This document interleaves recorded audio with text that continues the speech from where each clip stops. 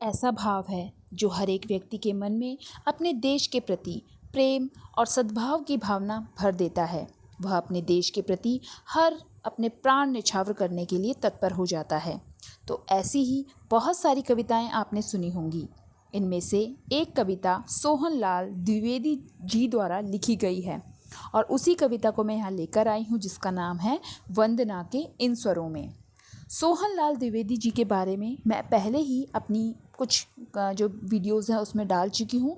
आप वहाँ से इनके बारे में जानकारी ले सकते हैं। बस आप इनके बारे में ये याद रखिएगा कि इन्हें जो है राष्ट्र कवि की उपाधि से अलंकृत किया गया था और ये ऊर्जा से भरे हुए, जोश से भरे हुए एक कवि हैं। अब इनकी जो रचना है उसके बारे में बात करते हैं। तो इसके अंदर भारत माता के विषय में कहा गया है कि कवि कह रहे हैं कि जो भारत माता है उनके प्रति जो बलिदान की भावना है, जो देश प्रेम की भावना है, वो उस कवि के मन में या हर एक व्यक्ति के मन में जागृत होनी चाहिए। तो इसके अंदर कहते हैं वे,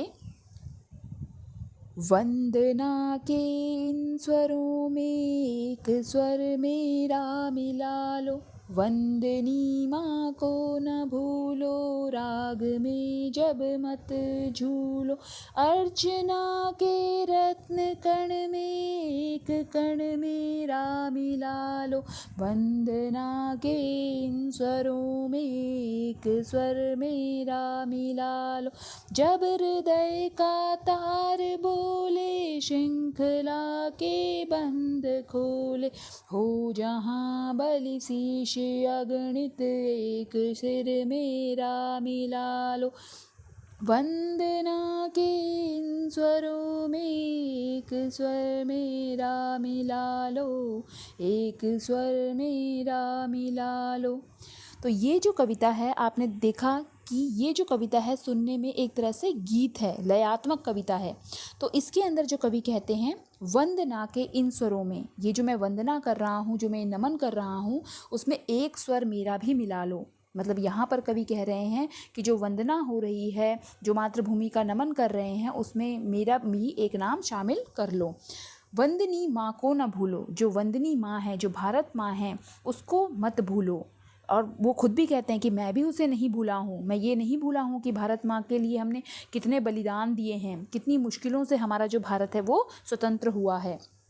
आगे वो क्या कहते हैं, राग में जब मत झूलो, और राग मतलब जो भी राग है, जो भी गाना गाया जा रहा है, जो गीत बज रहा है या जो वंदना की जा रही है, उसके अंदर तुम इतने उन्मुक्त हो जाओ, ऐसे खो जाओ कि तुम क्या है अपने आप को भूल जाओ। तुम्हें सिर्फ ये याद रहे कि हमारी जो मातृभूमि है, हमारी जो भारत माता है, उसी को मेरा सर्वस्व समर्पित है। आगे वो कहते हैं, अर्चना के रक्त कण में एक कण मेरा मिला लो। जो अर्चना है मतलब जो पूजन हो रहा है, जो नमन हो रहा है, उस पूजन में एक रत्न कण, एक जो है एक अंश मुझे भी शामिल कर लो, मेरा भी नाम उस वंदना में शामिल कर लो और मुझे भी उस नमन में शामिल कर लो, मुझे उस नमन का भागीदार बना लो जहाँ पर मेरी मातृभूमि की वंदना हो रही है। आगे फिर क्या कहते हैं, जब हृदय का तार बोले, जब जो है मेरे दिल की आवाज़ बोले, जब मेरे दिल में से आवाज़ उत्पन्न हो, श्रृंखला के बंद खोले, और दिल से कैसी आवाज़ आएगी कि जो श्रृंखला है, श्रृंखला क्या थी, बेड़ियाँ, और बेड़ियाँ हम पर किसने डाली थी, अंग्रेज़ों ने।